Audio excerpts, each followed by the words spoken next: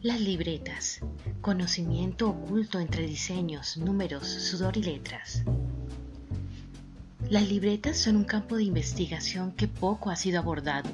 No obstante, entre hojas se posee información que muchas veces nunca será transcrita, ni mucho menos incluida en un informe o publicación escrita.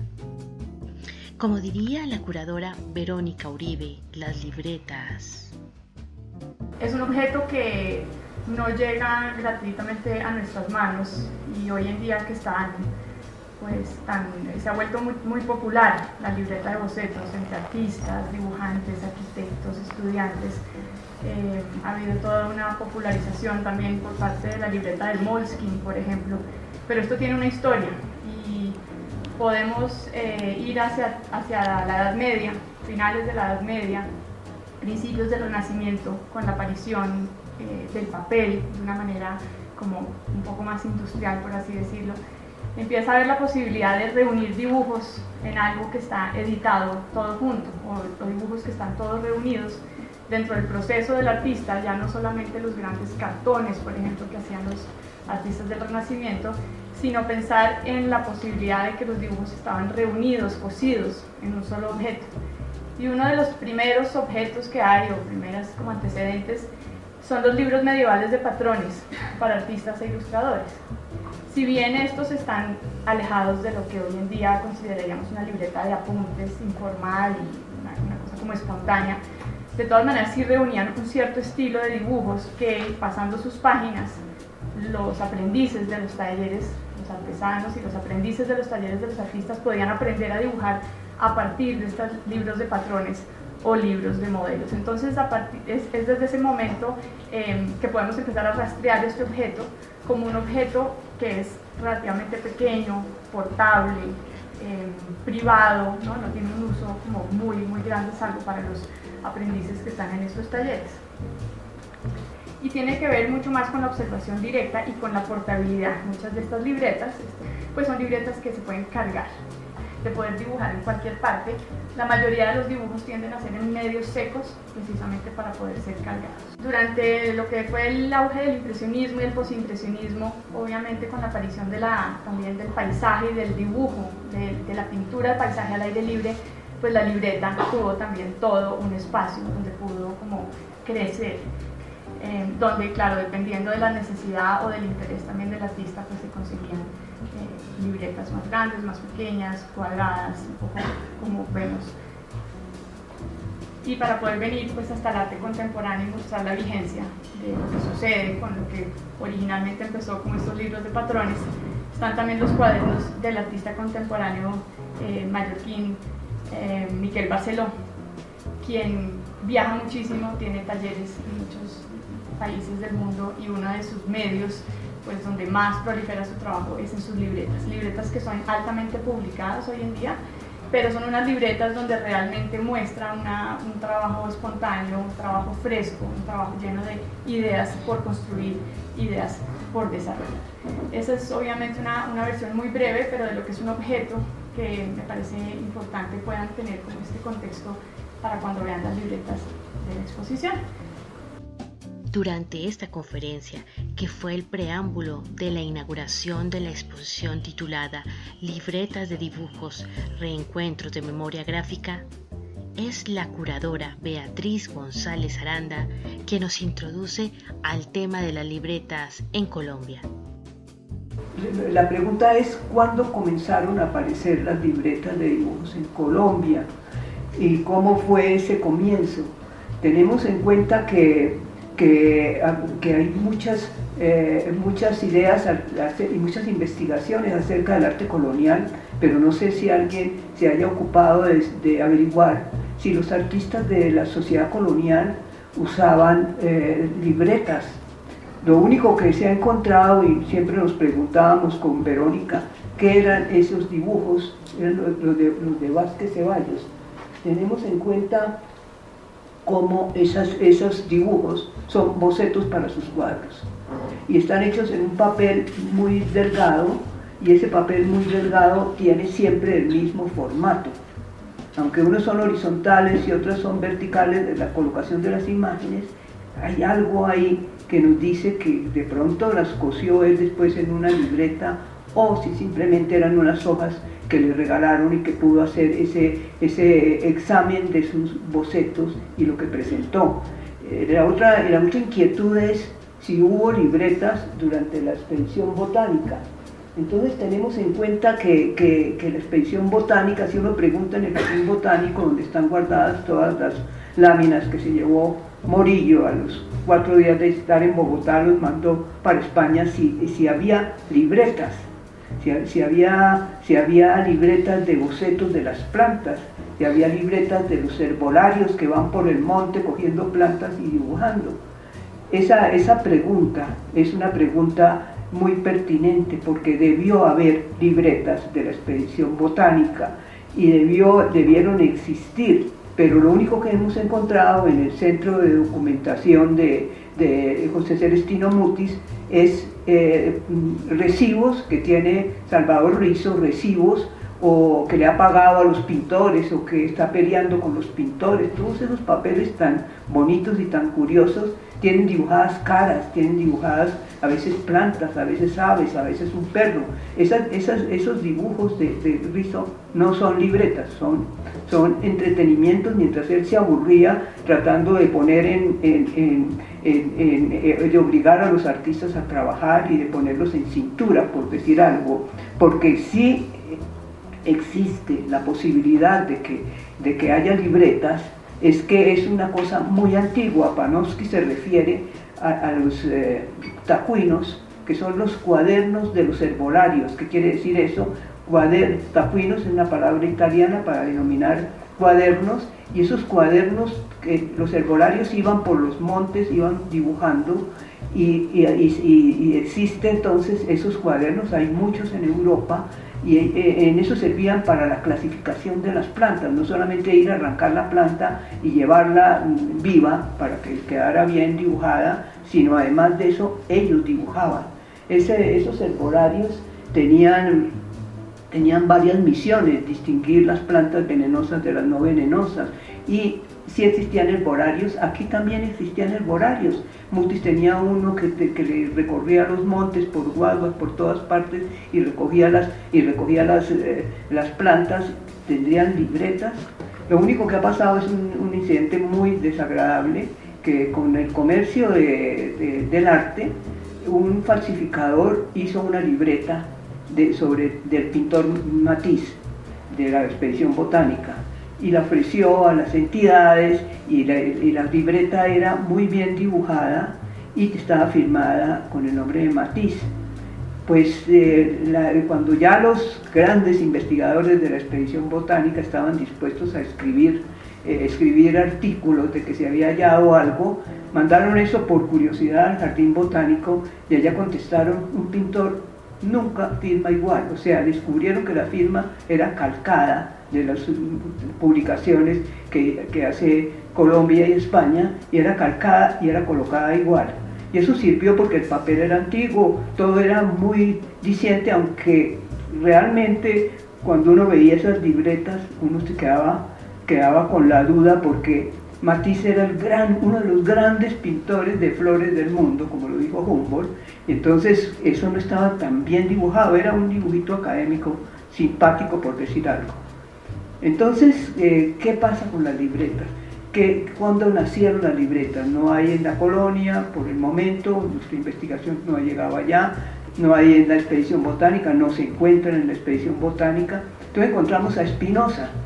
Entonces parece que los primeros retratos que aparecen de él son hechos en unos boletos que deben ser como pero es normal que Spinoza hubiera usado esas como especies de libretas de vales, porque el abuelo llega a Colombia, llega a Bogotá, fiel de la balanza de la Casa de Moneda, y el papá de Spinoza también. Entonces es posible que él, en su ansiedad de tener papel, haya hecho uso de estos vales, y además pues de sus cercanos parientes, porque retrata a toda su familia.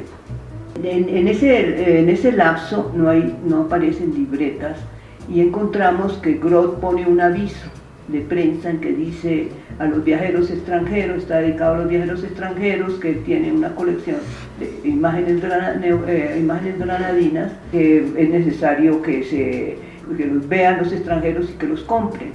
Ahí no nombra que sean libretas, no nombra que es un álbum, pero por las cartas del embajador Turner y de Joseph Brown, en que le dicen, escogí tal imagen y escogí la de los arrieros y escogí tal otra, quiere decir que ellos están viendo un álbum. Y la sugerencia de que tuviera un álbum es muy lógica, porque eso se usaba mucho en Quito. Los pintores ofrecían los álbumes, y todavía se encuentran álbumes de pintores del siglo XIX, ofreciendo también, como lo hizo Groth, a los extranjeros sus imágenes para que ellos escogieran y ellos pintarles. Pero hay un momento en que aparecen las libretas, y es el momento de la comisión coreográfica. La comisión coreográfica, en la cual el primer relator, el primer secretario fue Manuel Ancísar, y Manuel Ancísar escribió un libro que se llama, todos ustedes saben, Peregrinación de Alfa. Entonces, recientemente apareció dentro de la familia de Ancísar una libreta pequeña, que son las notas de Manuel Ancísar para redactar todo lo que estaba viendo a través de la comisión coreográfica, que parte en enero de 1850, y la expedición dura hasta el 59. Manuel Ancísar trabaja ahí 2 años, y lo que hace es realmente un cuaderno en el cual va dibujando las cosas que ve, y al mismo tiempo que hay pintores que están dibujando lo que él está viendo también. La primera libreta, que es como más que nada es una libreta científica que sirve para narrar la comisión coreográfica. Y la otra libreta que aparece es la que les estaba hablando, de Manuel María Paz.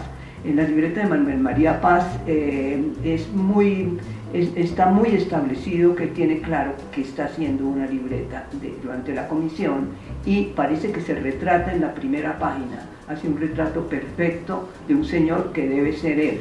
Y en esa libreta tiene un primer texto, y luego ya imágenes. Entre las imágenes está la de Codazzi, de manera que esta es la primera libreta que hemos encontrado. Desafortunadamente no está en la colección del banco, está en una colección particular, en el cual se muestra cómo Manuel María Paz era también zoólogo, cómo dibujaba bien los animales, cómo dibujaba los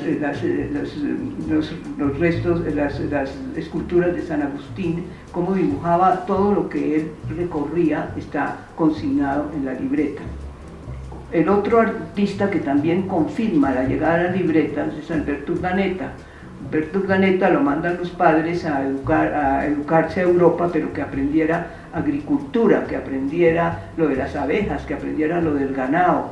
Y él pues sí hizo eso, pero más que la ganadería para su hacienda Buenavista, lo que quería era canoas, para hacienda Canoas, lo que él quería era ser artista. Entonces practica mucho, y cuando llega de Europa tiene libretas curiosas, como por ejemplo todos los amigos que visitó en Europa, artistas, no artistas, políticos, no políticos, y aquí al llegar a Bogotá también hizo que todo el mundo importante le firmara la libreta, y muchos escribían versos, muchos que eran artistas hacían dibujos, de manera que es una libreta, no es una libreta de bocetos de él, sino es una libreta de las amistades que tenía él. También hay otras libretas que tiene como un diario, porque tiene fechas y muestra cómo funcionaba un sitio que se llamaba el Ateneo cerca de 1883, y en el cual en ese Ateneo se discutía de cultura, se discutía sobre la independencia de Cuba, y uno de los organizadores que estaban ahí era Alberto Urdaneta. Otra libreta también muy destacada y que nos muestra ya el uso definitivo de libretas en Colombia es la de Peregrino Rivera. Es un objeto pequeño que encontramos cuando yo estaba en el Museo Nacional, y resulta que cuando vimos quedamos aterrados porque era Peregrino Rivera Arce, era el director de grabado, se había ido con una mochila y había echado en la mochila unos pocos de instrumentos de grabado y lápices y todo eso, y un día desapareció de la escuela y como un buen liberal se fue a la guerra y llevaba esa mochilita con sus instrumentos. Entonces, cuando está en Tunja, prisionero, resuelve hacer una serie de dibujos y otros ya los había hecho en la libreta durante la guerra, que es la guerra de los 1000 días, y que era lo que había hecho, y afortunadamente apareció, cuando se hizo la publicación, apareció la hija, entonces tuvimos que hacer una segunda edición en que se cuenta la verdadera historia de Peregrino Rivera Arce.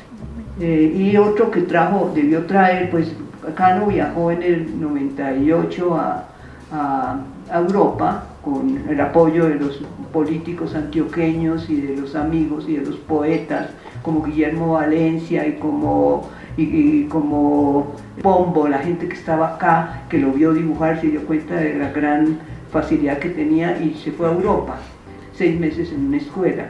Y en esa escuela trabaja las libretas de manera que eso es como un rastreo de cuándo aparecen las libretas, cuando ya se popularizan, y entonces aparece un pintor como Borrero que también va a Europa, hace paisajes de Europa, y cuando llega el que trae un poco la moda de lo que se llama la libreta académica, o sea, la libreta de bocetos de artistas para elaborar sus cuadros o para recordar sus viajes. Entonces, dentro de la colección del banco se encuentran 2 ejemplos muy interesantes de Santiago Cortés. Santiago Cortés era ingeniero y también era naturalista y trabaja con uno de los Lleras Codazzi, y lo nombran en la Comisión de Límites con Venezuela. Esa libreta está combinada con textos, los textos son escritos por él y tiene muchas curiosidades, entre otras, pero él también le interesa la entomología, también le interesa las distintas, la botánica, le interesan muchas ciencias, de manera que ese trabajo que se comienza, dice 1 de enero de 1900, quiere decir que él tiene conciencia de que ahí comenzó su trabajo y sus libretas.